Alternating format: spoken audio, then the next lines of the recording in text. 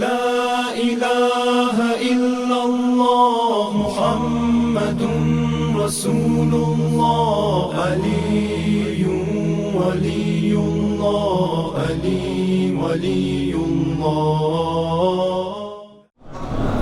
بسم الله الرحمن الرحيم.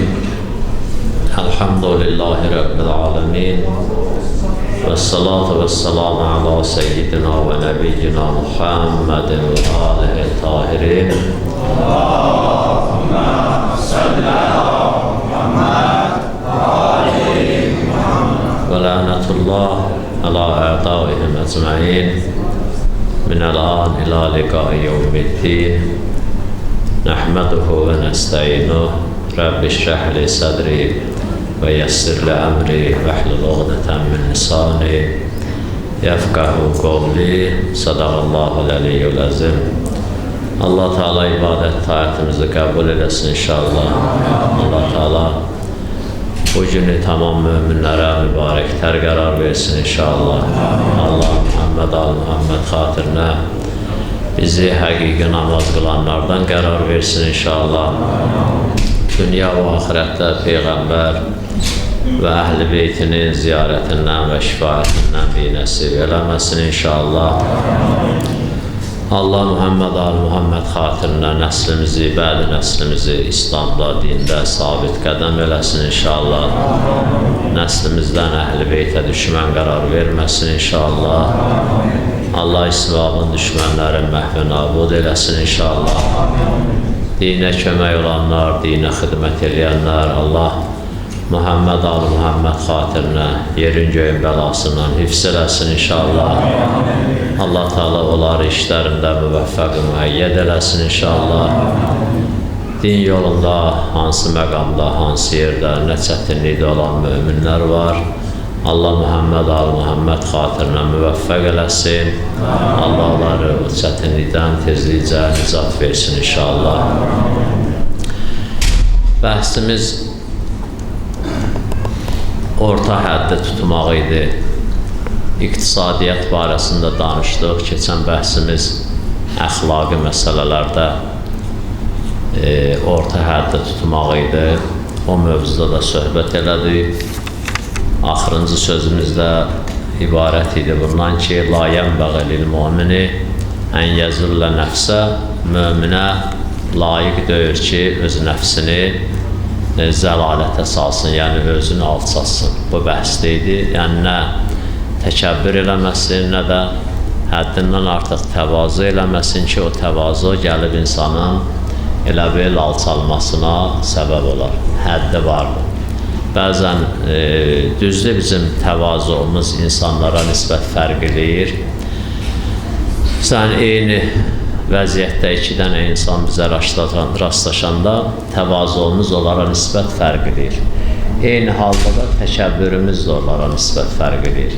Ki, bilirsiniz də bəzi halda təkəbbür də lazımdır.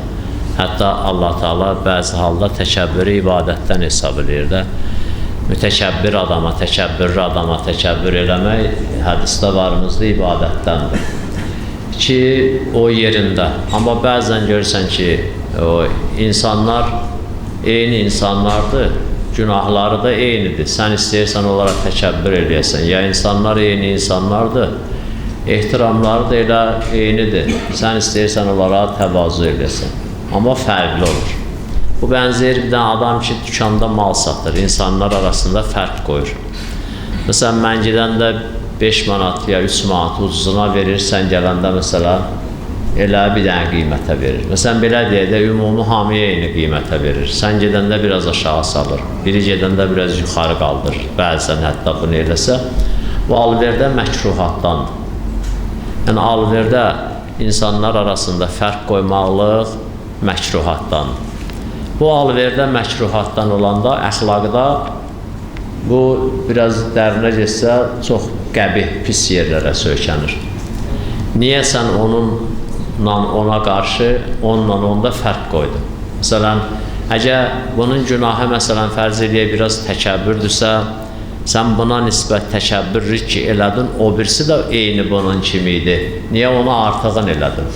Bu özü bir mövzuda qiyamətdə hesab kitabı olunacaq və təvazu cəhətdən də o cürədir. Elə buna bu miqdarda nə etməliydin? Təvazu eləsəydin, ehtiram eləsəydin kifayət eləyərdi.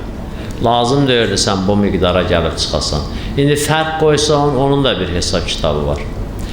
Fərq qoymasın hətta özünə nisbət və o adama nisbət təvazuun birdən həddindən artıq olsa, onda da özünə nisbət zülm eləmiş olursan. Ehtiramın bir həddi var da, o həddi keçəndən sonra görsən insan, biz müşahidə eləyirik də onu.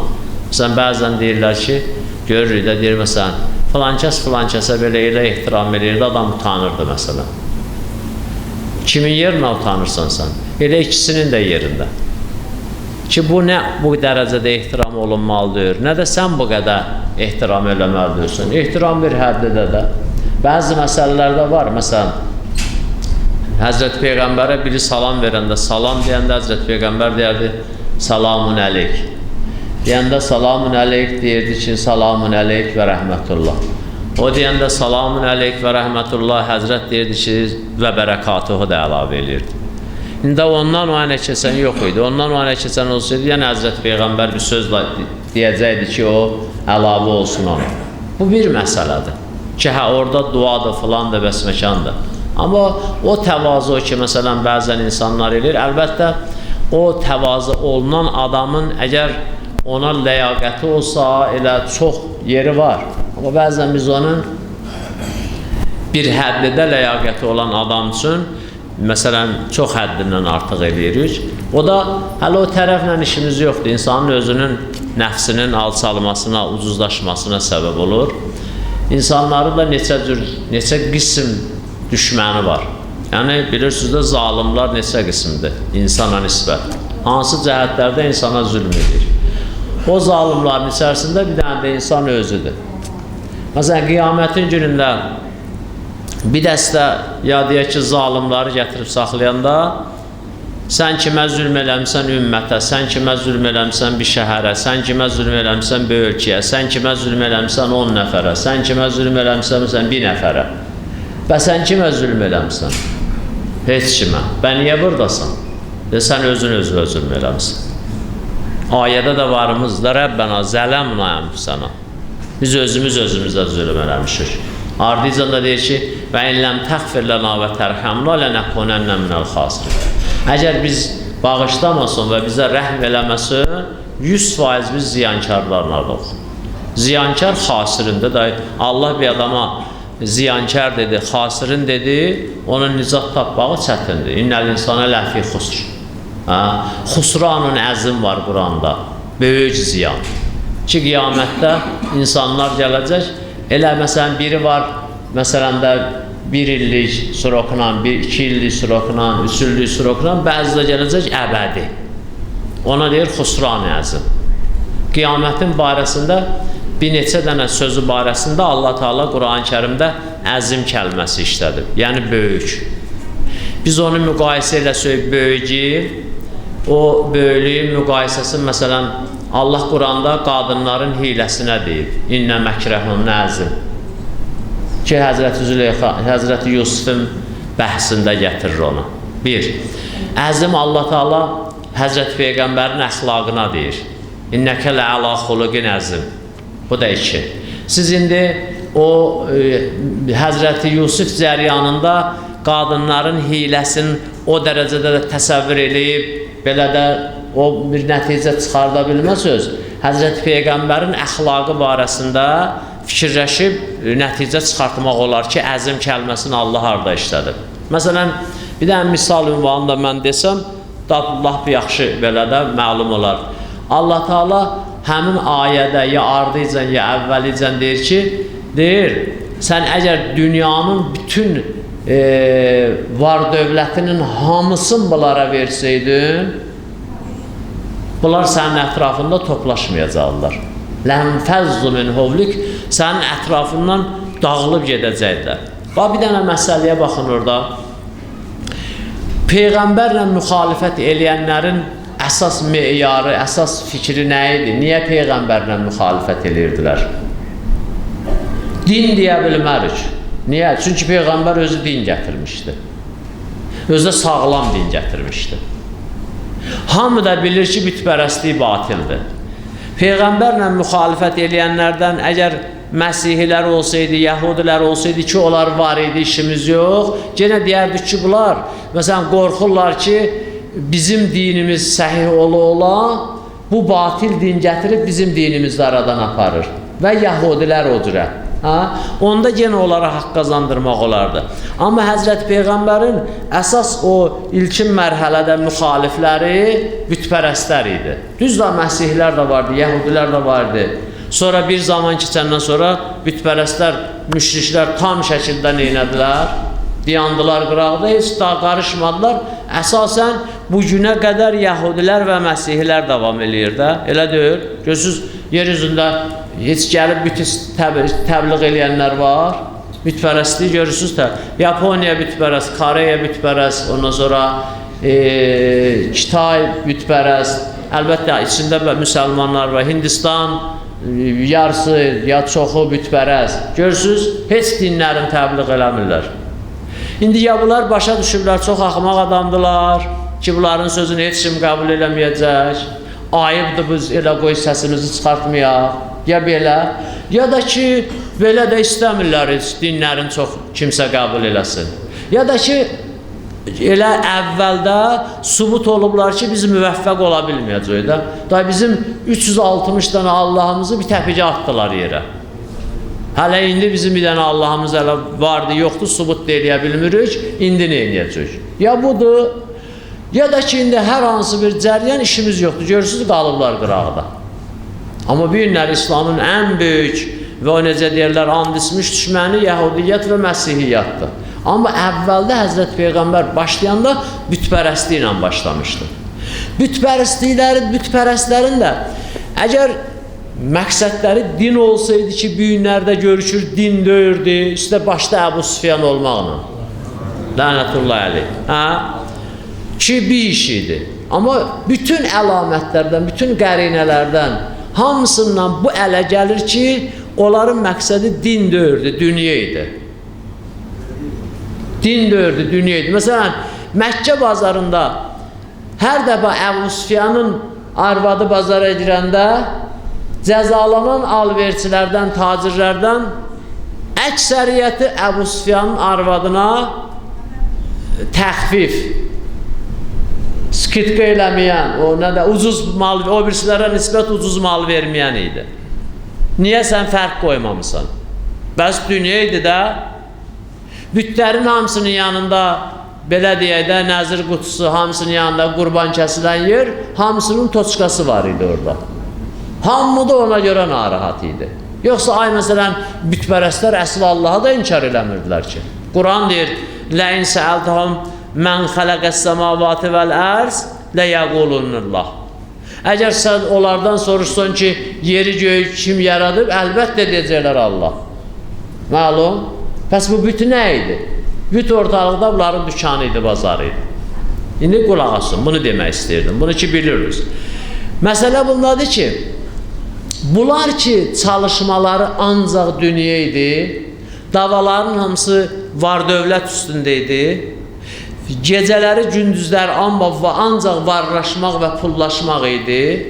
Allah Teala həmin bu zamanda və bu cəmiyyətin içərisində olan Peyğəmbərə deyir ki, əgər dünyanın bütün var dövlətlərinin hamısını bunlara versəydin, yenə yığa bilməyəcəkdin ətrafa.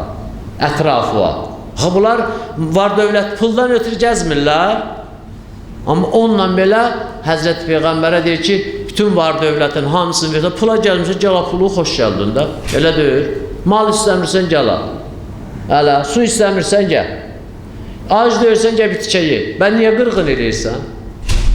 Bunlar həqiqətən dünya pərəst idilər və dünyanın ardınca gəzirlər. Amma Allah ki, deyir bunlara, Peyğəmbərə ki, var dövlətin dünyanın hamısını versəydin, sənin ətrafında toplaşmayacaqdılar bunlar. Bunlar Peyğəmbərdən qəbul eləmirdilər onu. İnada düşmüşdülər. Elə indi də görsən, adam var da, haqqı deyiyor, mən oradan qəbul eləmirəm. Sözü deyiyor, səndən qəbul eləmirəm. Adəbə kimdən gətirirsin? İmam İndira Qandını gətirək bura. Görsən, hətta biraz dərinə geçsin, deyəcək ki, məsələn, Indira Gandhi desə qəbul edərəm. Bu inaddır. Bu inaddır. Bu cürə inadıdan dünyanın var dövləti filanı bəsməkəni neyləyə bilməz? İnsanın əlindən və insanın beynindən neyləyə bilməz? Çıxarda bilməz. Amma çıxardan nə idi? Çıxardan Həzrət Peyğəmbərin əxlaqı. İnnəkə lə'ala xuluqin əzim. Sən böyük əxlaq sahibisən. Böyük əxlaq sahibisən. İndi gördünüz də Həzrət Peyğəmbərin istəyirdim o böyüklük kəlməsini, əzim kəlməsini izah eləyəm. Və Həzrət Peyğəmbərin əxlaqı ilə istəyirdim onu izah eləyəm. Görün Həzrət Peyğəmbərin əxlaqı nə boyda şeyə qalib oldu, qələbə elədi. Yəni bütün dünyanın var dövlətinin hamısından Həzrət Peyğəmbərin əxlaqı üstün idi və ondan da qüvvəli oldu. Bütün var dünyanın var dövlətinə allanmayan insanların hamısı nədir? Həzrət Peyğəmbərin əxlaqına valih oldular, inandılar. Özə bilirsiniz, Həzrət Peyğəmbərin əxlaqı hansı insanların qəlbində təsir qoydu? Belə deyək də, laf belə loru. O insan ki, heç qəlbi yoxdur. Qəlb adında şey, incəsənət adında, mədəniyyət adında, incəlik adında, mərhəmət adında. Da bir kişi ki, qızın diri-diri aparıb bastıra, onun hansı incəliyindən danışacaqsan sən? Onda təsir qoydu. Hətta 5, 6 ya 7 dənə qızın öldürən axırda gəldi Həzrət Peyğəmbərin yanına ki, mən istəyirəm neyniyəm? Tövbə eləyəm ki, axırıncı qızın necə öldürmüşdü, onu danışdı. Həzrət Peyğəmbər dedi ki, mən la yərhəm, la turhəm. Səhv eləmirəmsə belədir. Rəhm eləməyənə rəhm olunmayacaq. Ki, ayədə də var da, və izlim o udəti suilət bi əyyi zəmbin qutilə. O diri-diri bastırılanların hamısına görə Allah qiyamətdə sorğu-sual eləyəcək ki, bunların günahı nə idi? Bu körpə uşaq ki, dünyaya gəlib, İslam deyir ki, özdə rəhmətdir, oğlan neymətdir, qız rəhmətdir. Oğlandan sorğu-sual olunacaq, amma qızın barəsində atadan sorğu-sual olunmayacaq. Hətta bəzi rivayətlərdə də var da, 3 dənə qızı olana elə cihad da ondan saqitdir. Onu tərbiyə eləyib, elə bu indiki zamanədə, bu Facebook'un, bu saytların, bu nə bilim şəbəkələrin, bu serialların içərisində sağ-salamat ər evinə göndərsə, elə bil 50 dənə Peyğəmbərlə cihadda iştirak edib. Ki bu bizim rivayətlərimizdə gəlir. O özü bir dənə, görürsünüz onunla belə nədir? Elə bil bir nəfərin Allah qız övladı qismət elədi ona, demək olar ki, behiştin qapıları hamısı açıqdır üzünə. Əgər bağlamasa özü, qapı açıqdır üzünə. Bu Allah da deyir rəhmət, oğluna deyir neymət. Neymətdən sual olunacaq qiyamətin gündə. Amma rəhmətdən sual olunmayacaq. Biz Allah bu rəhməti sən rəhmətindən vermişdin. Rəhmətindən veribsən, babını sorğu-sual eləməyin nədir? Elə deyir. Rəhmətdən istəmir, heç verməzdin də. Da bunlar az rəhmət oldu. Elə deyir. Həqiqətən də adamın dili olsa orada danışmağa deyə bilər. Yadına düşsə. O Allah da deyir, soruşmayacaq. Baxın, bu cürə bir dənə insanları Allahın rəhmətin bunlar diri-diri bağlayıb, bastırıb, behiştin qapılarını bağlayırdılar üzlərinə, cəhənnəmin qapılarını açırdılar. Və bu cürə qəlbləri qəsavət basmış insanlar. Bu cürə demək olar ki, insanlıqdan çıxmış insanlar. Biz bəzən keçmişdən danışanda belə çıt-çıt eləyirik. Vay, vay, vay, vay, gör nə pis insan olur. Vay, böyrümüzdəkini görmürük.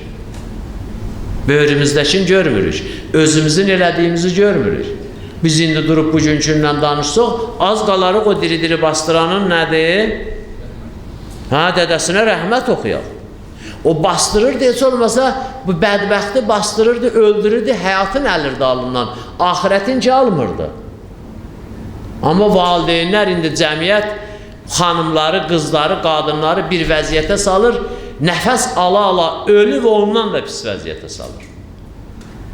Reklamlarda, ondan sonra seriallarda, ondan sonra səhnələrdə, nələrdə, siz təsəvvür edirsiniz nələrdir bunlar? Dünyanın büyünləri, reklam bazarının hamısı, dünyanın yekəbaşları pul qazanırlar, dünyadakı kişilərin, qızlarının, xanımlarının hesabına ancaq reklam çəkdirməklə. Bu, diri-diri bastırılmaqdan çox pisdir.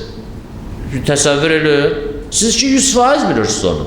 Amma sizdən qıraq olan adamlar ki, bəzən dini mühitdən biraz kənarda olan adam elə bir az zərrə qədər fikirləşsə görəcəklər, bu həqiqətdir, bu buzurədir. Ona görə ki, biz keçmişdən danışanda güya məsələn onda çox pis adam olub, əlhəmdülillah elə onda da olub qutarıb, deyil. Davam edirik də betəri. Biraz da pisi. Hələ bizim bunlarla işimiz yoxdur. Bizim onlarla işimizdir ki, 7 dənə qızın bastıranda Peyğəmbərin əxlaqı neynədi? Təsir qoydu. Ki Allah Teala da dedi ki, İnnəkə lə'ələ xuluqin əzim. Sən böyük əxlaq sahibisən. Elə bir əxlaq sahibi ki, bu qədər qız uşağın diri-diri bastıran insanlar hamısının ya çoxunun qəlbində təsir qoydun. Hətta bu birisi ağlaya-ağlaya deyirdi ki, Peyğəmbərə ki, qəbir torpağın altından necə qışqırırdı, aparanda evdən necə qışqırırdı, neynirdi? Ağlayırdı Peyğəmbərə ki, neynirdi? Yalvarırdı. Həzrət Peyğəmbər də o qırmızı xəttiydi də. Allah dedi ki, o bağışlanmayacaq. Bağışlanmaq vədəsi vermədi ona. Amma ondan qalan hamısı, ya nə qədəsi bağışlandı, işim yox, dirilərdən gəlib tövbə eləyənlərdən, amma sözün burasındadır. Həzrət Peyğəmbərin əxlaqı 7 dənə qızını öldürən adamı çəkdi öz məqamından, getdi, oturtdu Həzrət Peyğəmbərlə üzbəüz, dizi üstündə. İndi görürsünüz, əzim deyəndə Allah nə boyda şeyi nəzərdə tutur və həmin əzim kəlməsi ilə Allah Teala Qur'an-ı Kərimdə xusranun əzim, xusranun mubin, bu xizyun əzim kəlmələrini işlədir. Böyük ziyan, aşkar ziyan, böyük rüsvayçılıq, xizyun əzim, yəni böyük rüsvayçılıq. Bu, qiyamətin gününə aiddir. İnsan, niyə sən xusran-ı mubindəsən, niyə xizyun əzimdəsən, niyə bu boyda rüsvayçılıqdasan? Sən kimə zülm eləmsən? Özünə. Özünə zülm eləmsən. Və sən nə ilə zülm eləmsən?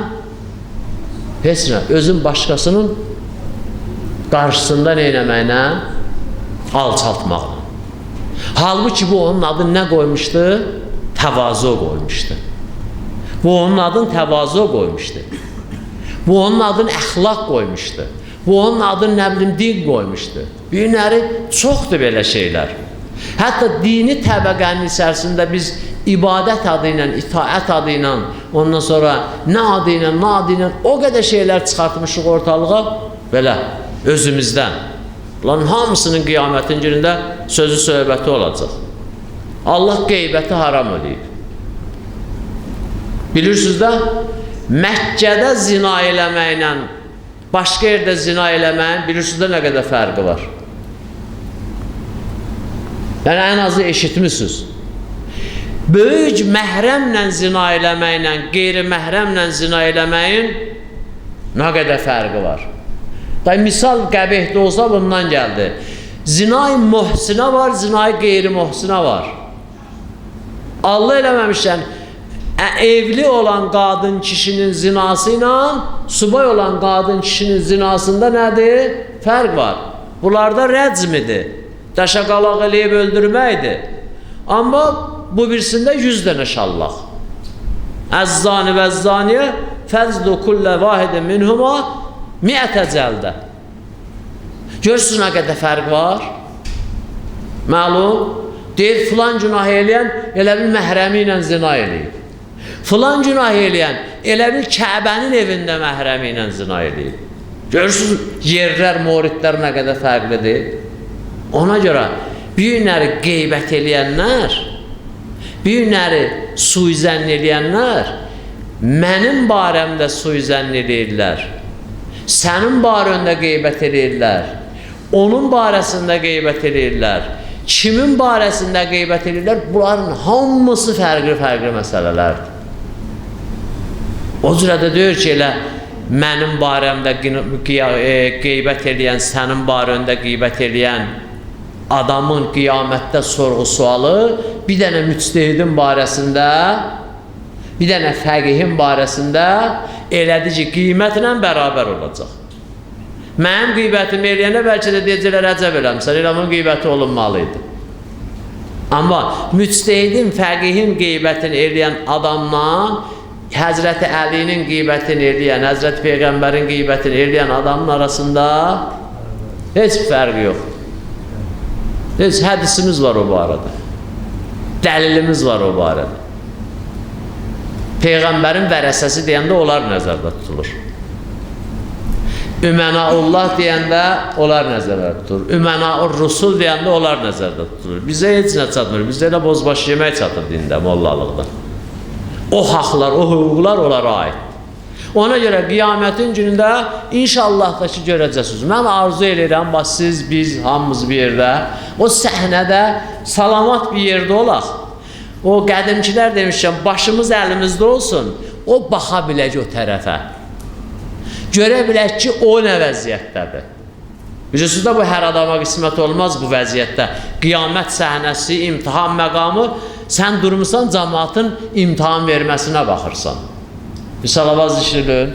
Allahümme salli ala Muhammed. Eşitmişsiniz də Ümmü Sələmə Həzrəti Peyğəmbərə nə dedi? Həzrəti Peyğəmbər dedi ki, qiyamətdə hamısı, hamı əğyalın başı açıq olacaq. Hələ indi o fiqhi cəhətdən mövzusu ilə işimiz yoxdur. Məsələn, orada da naməhrəm, məhrəm söhbəti var. Orada da qadınların başını görmək haramdır, haramdır. Onunla elə işimiz yoxdur. Amma elə əğyalın başı açıq deyən kimi Ümmü Sələmə soruşdu, ya Rəsulallah, qadınlar da dedi, hə. Belə arvad kişi hamısı bir yerdə dedi, hə. Dedi, bə məhrəm, naməhrəm. Naməhrəm, məhrəm nədir? Heç orada biləcək adam kişidir, ya arvaddır. Həqiqətən ha, Quran deyir, hamilə qadın uşaq gətirsə dünyaya xəbəri olmayacaq. Elə demir Quran. Tələbələrdən yoxdur, ağaddaşda oyuna baxır. Elə deyir də, görürsünüz. Bozbaşıyan da olmasa, mənim kimi bir daha molladı, o da təsdiq edir. Hələ onlara bozbaş çatmayıb. Hə? Quran deyir, hamilə qadın əgər vəzi həml eləsə xəbəri olmayacaq. Da o ki, məlum məsələdir. Necə işdir? Hə? Həzrət Peyğəmbər dedi ki, bəyəm onda qadın kişi, ya Rəsulallah, ayaq yalın baş açıq, bə nə tər olacaq? Həzrət dedi ki, qiyamətin hovli, qorxusu, vəziyyəti bir vəziyyətdədir ki, heç kimin yanındakından xəbər olmayacaq. Və heç kimin taqəti olmayacaq ki, yanındakına baxsın. Allah iraq eləsin, xəstələnibsiz də, olub da soyuq, krip, qarpuz, yemişlə, belə şeylər, zəhərlənmə, nə bilim, nə. Görürsünüz, məsələn, dünənləri qırğın eləyibsən ki, niyə o filan yeməyi bişirməmişdiniz, hə? O qədər deyinibsən, Allah da o məzlumiyə xatir bir dənə zəhərlənməni müsəllət edib sənə, indi həmin yeməkdən ikisini düzüb qoyublar qabağa, yeyə bilmirsən. Niyə yeyəmirsən? İstəmirsən axı. Evi yıxılan, dünən buna görə arvadı boşamırdın, indi bişirib də ye. Deyir, iştaham yoxdur. İştaham yoxdur. Görürsən, biz o qədər bəzi neymətlərə neyinirik? Naşükürlük eləyirik. Tanımırıq ümumiyyətlə. Onun neymət adında legitimliyi qəbul eləmirik. Məsələn, soğandı, sarımsaqdı, keşnişdi, şüyüddü, qatıqdı, ayrandı, filandı. Bunları bilirsiniz də, olmayanda yeyirik. Olanda heç onlar yadda düşür. Gəlsən, Allah bir-iki aydan bir xəstələndirir adamı, o da nədir? Gərək qatıq içəsən. Sarımsaq yiyəsən, nə bilim, soğan yiyəsən.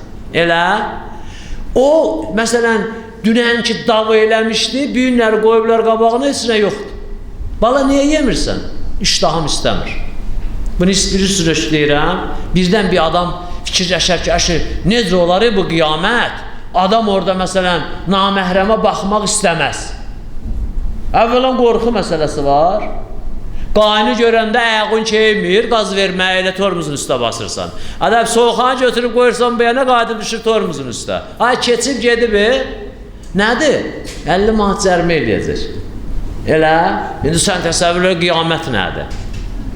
Orada ola bilər adam təsəvvür eləyənməsin. Necə olar adam baxa bilməz naməhrəmə? Elə o xəstəliyin yeməyin misalın ona görə çəkdim. Görsən, dünən dav edirdin, bir gün yeyə bilmirsən. Dedi ki, orada Ümmü Sələmiyə ki, orada heç kimin halı olmayacaq məhrəm naməhrəmə baxmaq. Qiyamətin səhnəsi o cürədir. İndi Allah bizə qismət eləsin inşallah, o qiyamətin səhnəsində dayanaq bir tərəfdə ki, var, hədisdə var, eşitmişsiniz dəfələrlə, İmam Hüseyin əleyhissalamın aşiqləri qiyamətin o hovlunda çəkiləcəklər, məhşərin bir tərəfində dayanacaqlar. Həzrət Hüseyin əleyhissalam onlarla həl-əhval tutacaq, onlarla danışacaq, onlara xoş sözlər deyəcək. Onların qəlbini elə oxşayacaq ki, bu hətta can verməyin, hətta qəbir əzabının, hətta bu məbus olmağın, indi qiyamətə qalxmağın, bu hayküyün, qorxusun, hamısını yavaş-yavaş bunlar yadlarından çıxardacaqlar. Və Həzrət Hüseyin əleyhissalamın söhbətinə elə aşiqanə qulaq asacaqlar, hətta deyir, qiyamət səhnəsi tamam olsa belə, behişt mələklərinin ki, o səhnəyə gəlməyə icazələri yoxdur, ancaq qapıda qarşılayarlar. Onların behiştin neymətlərindən, ləzzətlərindən də biri o behişdə məmur mələklərin insanlarla rəftarı və onların o mülayim, incə səsləridir ki, neynir? Sənə salam verir, sağ ol deyir, sənlə söhbət edir, sən nə istəyirsən də nəvaziş edir sənə. Bax, o behişt mələklərinin incə səsləri hətta bunların qulaqlarına təsir qoymaz. Eşitməzlər o söhbəti. Niyə? Dün İmam Hüseyin əleyhissalamın söhbəti onların da söhbətindən şirin olar, səsi onların da səsindən nə olar? Məlahətli və bəliğ və o insan ürəyini oxşayan olar. Allah hamımıza qismət eləsin onu. Əgər birdən qismət olsa bizə inşallah görəcəyik. İndi hansımıza qismət olsa heç olmasa deyərsə o rəhmətli molla o vaxt bu sözü demişdi ha.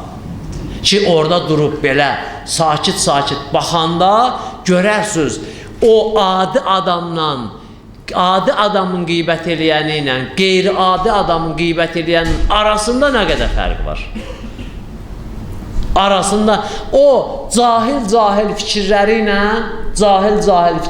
ilə insanları azdırıb əməllərin batil eləyənlərin məqamı hansı məqamdadır? Mən bir yeri gəlmişkən bu bir dənə bu söz deyim, keçək əsl bəhsimizə, vaxtımız da tamam olur. Mən də güya bir gün xəstə idim, az danışacaqdım.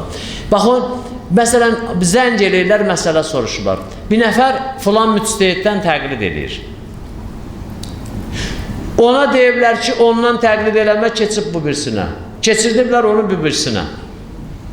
İndi bu adam qalıb, qayıtsın buna ya qayıtsın ona.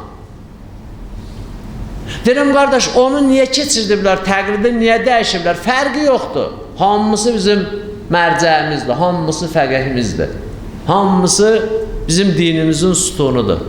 Kimin zərrə qədər onların birində belə şəkki şübhəsi olsa, öz zatında şəkki şübhəsi var. Fərq eləmir, hansı olursa olsun. Dedi ki, o ondan ələmdir. Deyirəm, qardaş, bunu onu Nəcəfdə elə o təqlid elədici adam deyib, ya ondan bir pillə, iki pillə aşağı adam. Deyir, yox, elə ona burada deyib. Deyirəm, qardaş, o burada kimdir o adam ki, iki dənə fəqihin birinin o birisindən ələmiyyətini bilir, ayırt eləyə bilir. Məsələn, deyir ki, filankəsdən ələmdir. Bu Bakıda onu göstərin, biz də gedək dərs alaq ondan, olaq biz də fəqih. Göstərin də onu. Baxın, bu avam bədbəxtdir, nə bilsin? Gəlib ona şirin dillə danışır, o da deyir, vay, əməlim batıl olub, bilirsən sənin əməlin necə? O durur, keçir o birisini. Daha bilmir ki, əsl batilliyi bundan sonra başladı. İndi avamlar da bu qədər də avam olmasın da, bu qədər avam olmasın. Biri sənə deyəndə düş bu marşrutdan, o biri marşrutdan gedək, 50 dənə dəlil istəyirsən, deyirsən, sən gəl çıx bu marşrutda da, mən niyə düşməliyəm?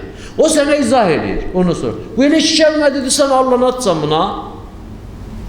Bax, bu cürə insanların danışığı, din danışığı deyil, baxmayaraq ki, dinin adından danışırlar. Amma sabah qiyamətin günündə yeri məlum olacaq. Allah sizə qismət eləsin, bir yerdə biz duraq qiyamətin bir səhnəsində baxaq, onda görəcək ki, o cür adamlar hansı vəziyyətdə olacaqlar, hansı. Baxmayaraq ki, burada indi onların cəlalları var, dəstələri var, məclisləri var, ondan sonra müridləri var, ondan sonra nələri var. Ondan işimiz yoxdur.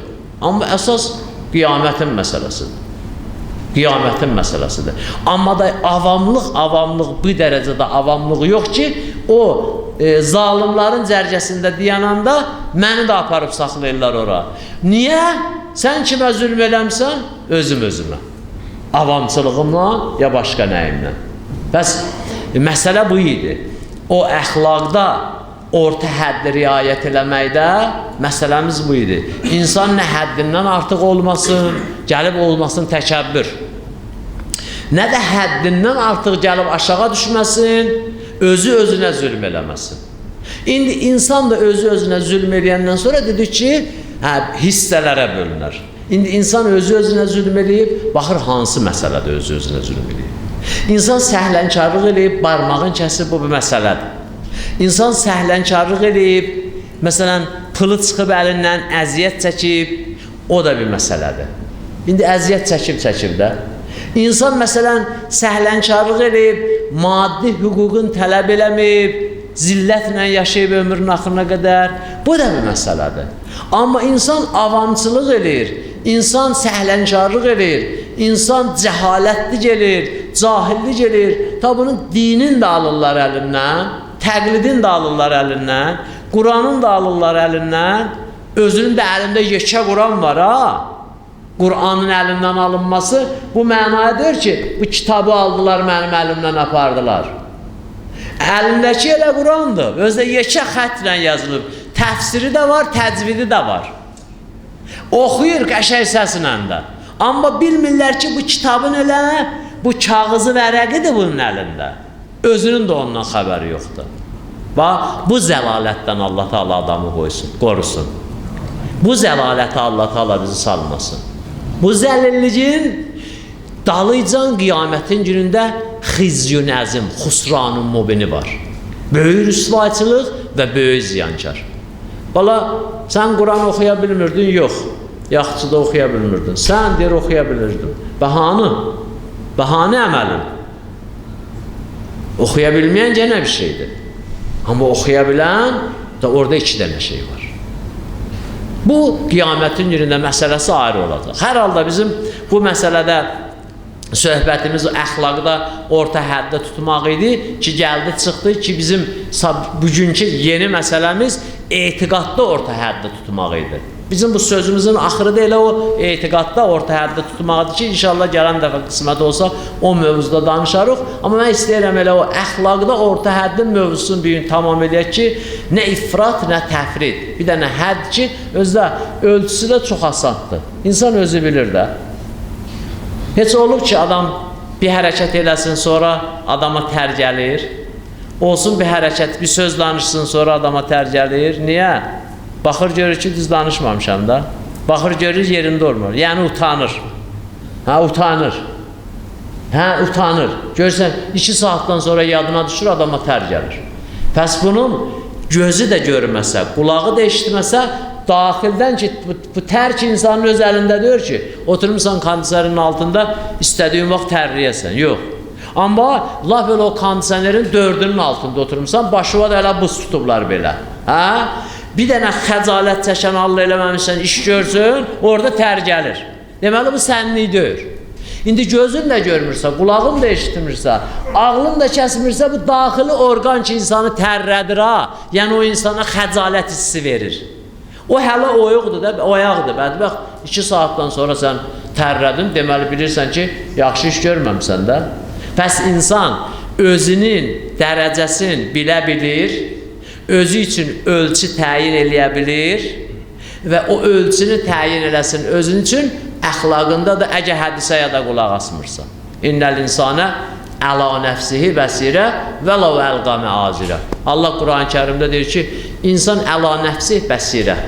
Özünə nisbət bəsirəti açıqdır, mubsirdir, tam şəkildə özü düz eləyir, səhv eləyir, onu qəşəng bilir. Vəlav əlqa məazirə. Baxmayaraq ki, üzür gətirir. Deyir, bilmədim. Yalansa Allah səni öldürsün. Necə bilmədim? Bilmədim, adam ayağının altına baxmaz, ayağının altına tikan batar məsələn. Halbuki ona da haqqı yoxdur. Gərək insan ayağının altına baxsın da insanın gözü orada burada nə gəzir? Məlum. Amma burada elə deyir, axı bilmədim deyir. Sən bilirsən ki, bu səhvdir. Allah Muhammed al-Muhammed xatirinə bizi bəyəndiyi əxlaqlarla mütəxəlliq eləsin inşallah. Allah Yavruyu Muhammed və ehtiram-ı Zəhra bizi özü bəyəndiyi bəndələrdən qərar versin. Günahlarımıza qələmi əfvi çəksin. Bağışlamamış dünyadan aparmasın. Allah Teala Muhammed al-Muhammed xatirinə zərrə qədər də bizi nəfsimizin umuduna qoymasın. Şeytanın şərri vəsvəsəsindən uzaq eləsin. Allah Muhammed al-Muhammed xatirinə bizi dinimizdə agah möminlərdən, agah insanlardan qərar versin inşallah. Allah bizi o şəxslərdən qərar verməsin ki, Həzrəti Peyğəmbər buyurub ki, çoxlu Quran oxuyanlar var, Quranda olaraq lənət oxuyur. Rubbə talil Qur'anı və Qur'anu yələnu. Çox Quran oxuyanlar var ki, Quranda olaraq lənət oxuyur. Allah Muhammed al-Muhammed xatirinə bizi o cürə Quran oxuyanlardan qərar verməsin inşallah. Və Avruyu Muhammed və ehtiram Zəhra tamam möminlər, xüsusən bu cəmdə əyləşənlərin, müşkillərin həll eləsin inşallah. Allah bərəkətli ömür əta eləsin inşallah. Halaldan bolluca ruzu qismət eləsin inşallah. Muhammed al-Muhammed xatirinə ağamız İmam Zamanın qəlbi nazəninin bizdən razı, xoşnud eləsin inşallah. Zuhurunda təcil eləsin. Zuhuru zamanı bizi ağanı tanıyanlardan və rikabında şəhid olanlardan qərar versin. Salavat zikr eləyək.